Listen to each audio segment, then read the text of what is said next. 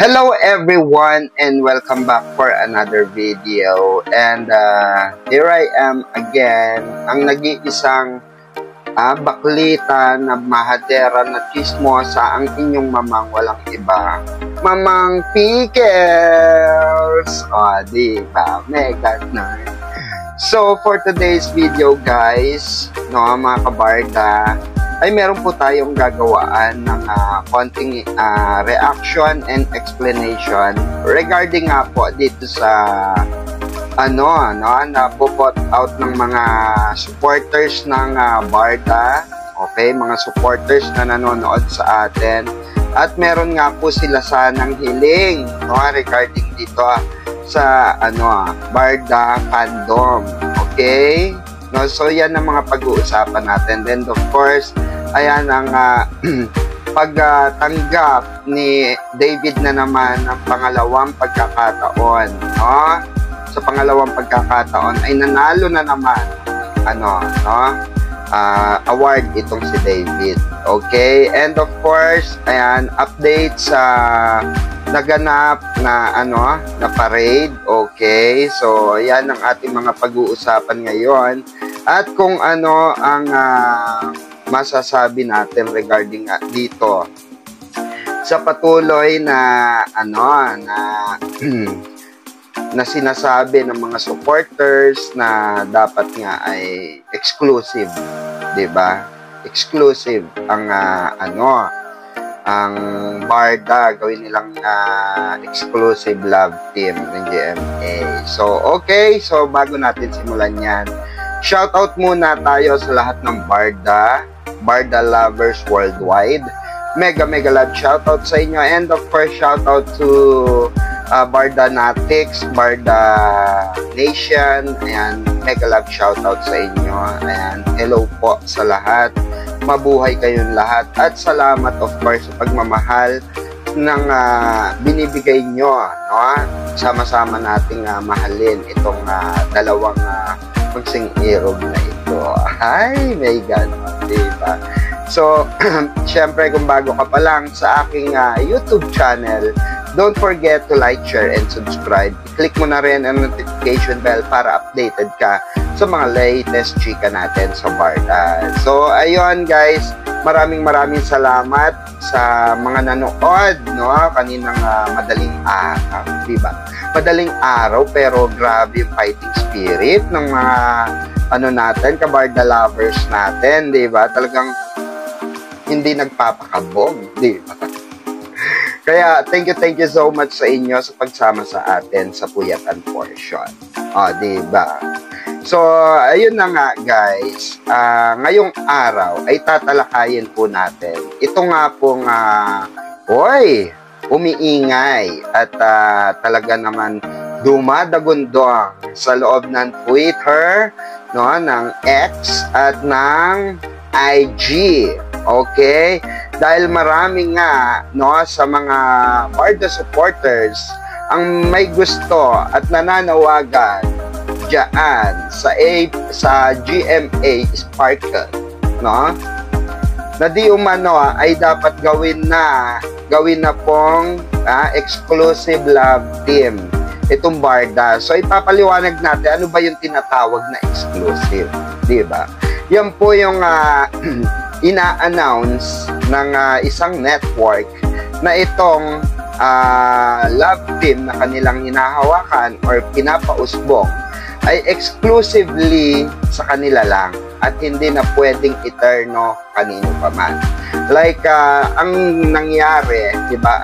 Ang ginagawa ng ABS-CBN, kaya grabe ang ratings at grabe ang talagang performance level ng mga love team nila. To be honest, 'di ba? Namamayagpag sila when it comes to love team serye, when it comes to love team topic.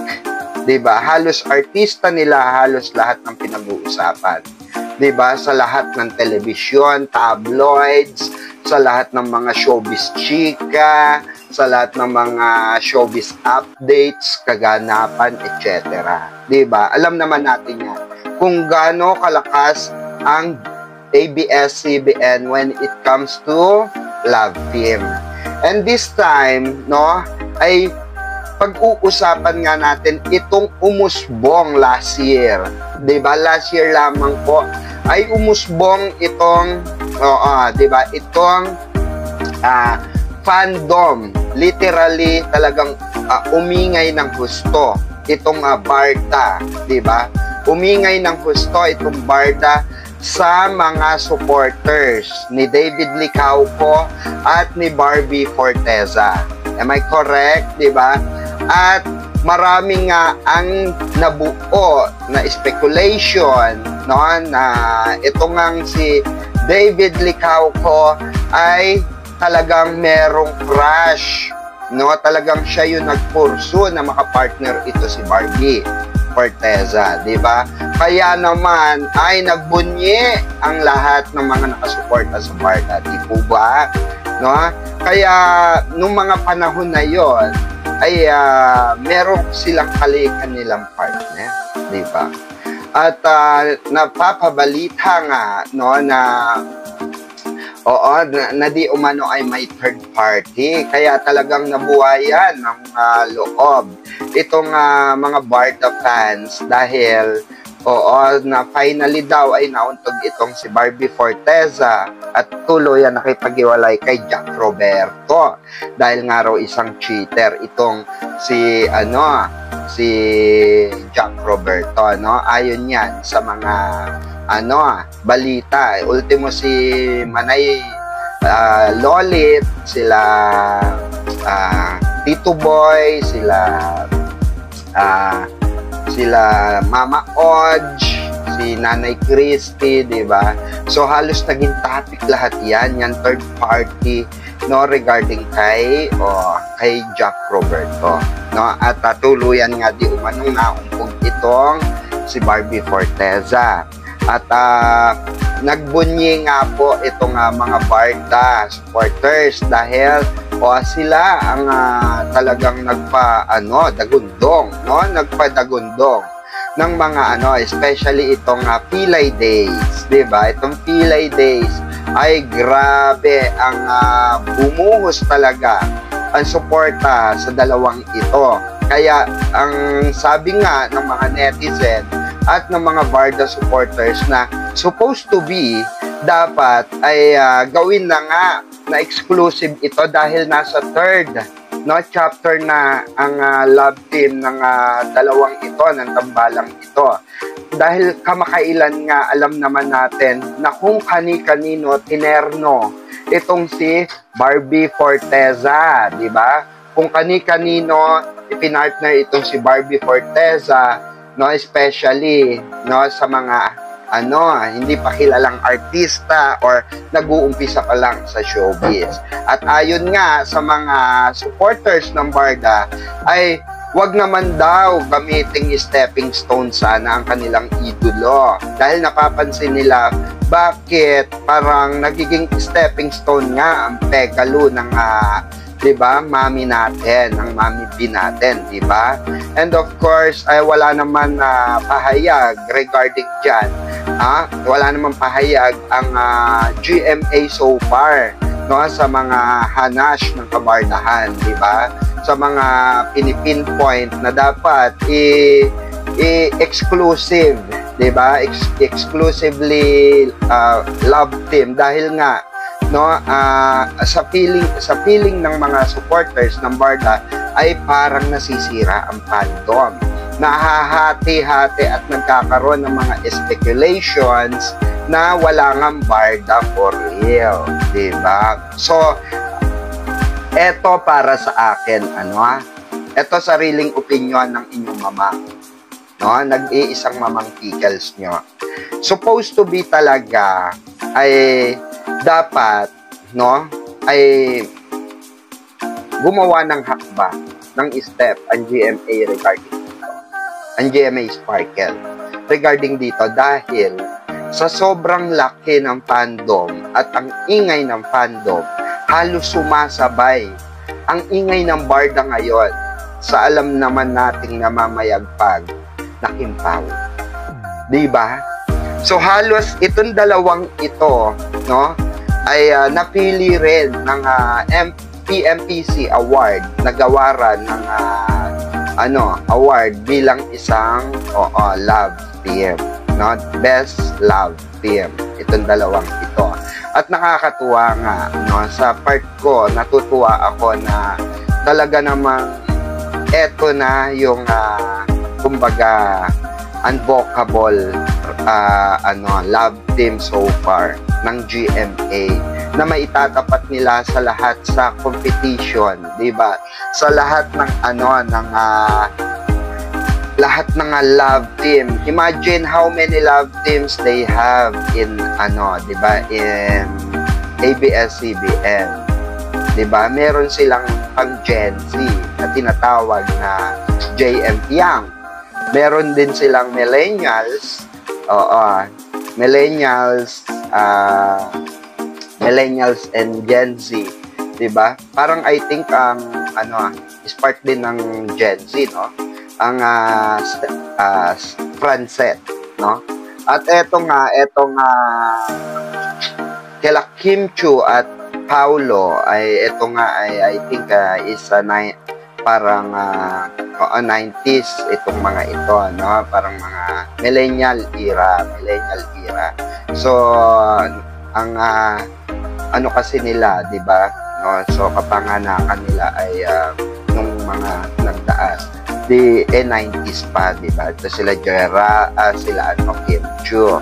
No, so kaya halos na itatapat itong love team na nila David Licauco dahil 90s nga sila pinanganak. At nako-compare ito, no, sa chemistry ng chemistry ng Kim Pao, 'di ba?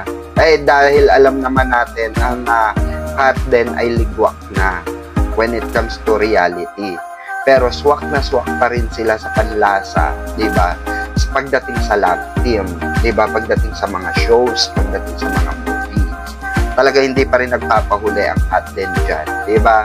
So I think ito ang the best way, no, na gawin GMA Sparkle. GMA Sparkle baka naman.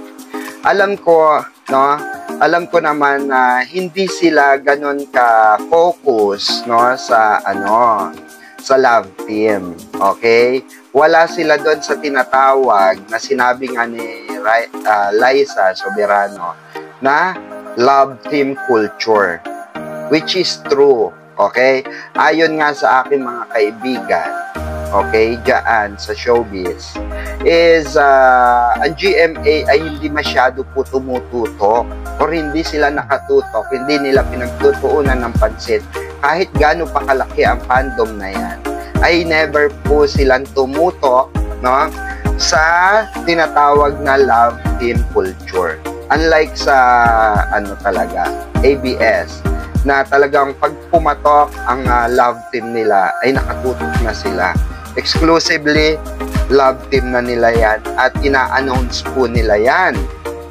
Diba? Like Kim Pao right now.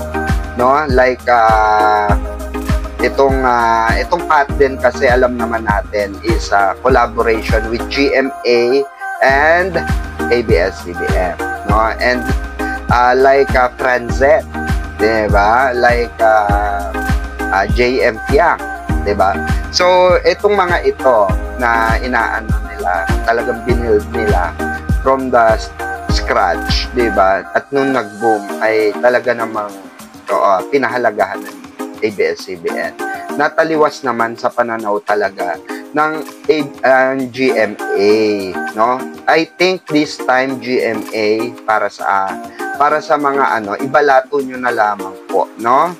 Oo, dahil yan lamang po ang kaligayahan ng ating mga kababayan, no, na na-hook, 'di ba? Na-hook sa tambalang ito, 'di ba? Even though maraming chismis sa likod ng camera na okay, sure, in real life na nga ang dalawang ito at marami na nga ang mga kaibigan nila na naglag sa kanila, no, sa mga nararamdaman nila at di umano ay hindi pa rin umaamin dahil meron pa silang iniintay, no? At alam naman natin, no, na maraming lineup na di ba, nakasalansan sa peg ng schedule ni Barbie Forteza, at marami siyang mga kasama. At isa na nga dito, itong gagawin nilang serye, the series na Empire, na i-air po sa VU, no? So kaya marami talaga ang may gusto, no? Marami po talaga ang nagsasabi ng mga Barda supporters na dapat ay gawin na nilang exclusive itong Barda, dahil deserve ng mga supporters, especially ng laki ng fandom ng Barda, itong kasiyahan na ito na inilalatag sa kanila ng Barda. Hopefully, guys, no, ay mapakinggan tayo, no? Mapakinggan, marinig ang ating bulong, no? Ang ating hinanakit sa ating mga puso, di ba? Yung mga puso natin, di ba? Talaga namang nagsusumigaw na dapat Barda na lang, di ba? Dahil masarap nga at happy feel, di ba? Happy feel natin siya talaga. Parang nagiging vitamins natin ng Barda every time na makikita natin sila together, and the way they look each other, especially nowadays na parang si Barbie naman, itong malalagkit tingin. Ay my God, malalagkit yung tingin, di ba? Kay Daddy D. Oh my God, my goodness. Shout out Macdo BTS. Baka naman marami pa dyan. Baka naman kayo ng mga dyan. Mag-share naman kayo ng mga backstage dyan. Backstage sweet moments ng couple na ito, no? Ay nako, nandito tayo sa seryosong topic pero kinikilig ako Bard pag nai-imagine ko yan. Diyos mio, Cartemar, na mga behind the scenes, okay? Dahil ang balita nga natin ay sobrang daming ganap nga daw, no? At may nangyaring ang mga bagay-bagay, di ba? Doon sa na yon, no? Shoot na iyon. At anyway, i-congrats natin si, di ba, Daddy David natin. Dahil si David Licauco nga po ay nakatanggap, no, ng isa na namang award, okay? Bilang isang naparangalan nga siya bilang isang best actor dito sa sa mga ginawa nila, no, na best artist of the year, no, dito sa mga ginawa nila serye ni Barbie Forteza. And of course, marami pang darating na parangal, I'm sure, para sa kanila. And I hope na sama-sama pa rin tayo, no, magkakasama pa rin tayo, no, na supportan itong Barda during their awards night, pag-receive ng mga awards, especially, no, itong sa PMPC award na magaganap, no, ngayong March 23. So ayan, abangan po natin yan. Okay, so dito nga po sa parade nila together with other artists sa Tarlac po, no, ginanap itong parade ay marami nga ang nakaabang doon, no? Marami pong nakaabang ngayong araw doon. At ayon nga yan, sisimulan nga yan ng 1:00 ng hapon. Oo. Kasama ang palad, no, mga kabarda. At tayo po ay hindi natuloy dahil malakas ang ulan, no, ngayong umaga. Sobrang lakas po ng ulan kaninang umaga. I don't know why, but parang sabi siguro ng ulan, wag ka nang magpumilit sa Tarlac. Antayin mo na lang yung awards night sa PNPC, di ba? Parang ganun yung sinasabi ng panahon, di ba? Kaya ako very thankful ako sa mga nangyayari sa Barda ngayon. At hopefully, marinig nga ng GMA itong panawagan ng mga supporters ng Barda, 'di ba? Sana marinig nyo ito, GMA, Sparkle, na ibalato nyo na itong taon na ito para sa 'di ba? Barda lovers worldwide and Barda Nation, Barda Natics, 'di ba? So dapat pahalagahan niyo rin po itong binibigay na efforts ng mga supporter. Especially majority po diyan sa nakikita ko ay mga seniors. Like yung mga viewers ko sa live ko, majority ay seniors po talaga. At may mga na-meet nga ako na mga supporters ng Barda na nasa middle din, like me, like nasa 30s, 'di ba? So, mga tita, 'di ba? So, sana po, no, GMA at this moment, kagaya ng pag-aalaga nyo, no, sa love team nila Tan Felix and Bianca Umali, no, na ginawa nyong di ba, exclusive love team noon, sana ay mangyari din po dito sa atin sa Barda, no, sa Barda. Sana po ay pagbigyan nyo na kami, di ba? Ay balato nyo na sa amin itong 2025, di po ba? I'm sure maraming pupuri sa inyo at sobrang lalakas ang power ng Barda at marami pang kikiligin sa Barda. So hanggang dito na lang ang ating video, ang ating reaction and explanation. Magkita-kita po tayo muli sa panibagong reaction natin, and of course ating mga live sa kabilang channel natin sa Pikwa Official. So kung interesado ka na manood ng mga live updates regarding sa Barda and sa mga parating nilang projects at mga ang mga chikahan, at isplokan, dahil marami rin manonood ako diyan na meron ding alam, diba? Kaya magsama-sama po tayong muli sa panibagong yugto ng aking video. So once again, ito ang inyong nag-iisang baklitang Mahadoran Chismosa. Walang iba, ang nag-iisang Madam Pickles. Ayan, thank you so much and have a great one everyone. Aray ng outfit. Diba? Thank you, have a great one everyone. I love you all.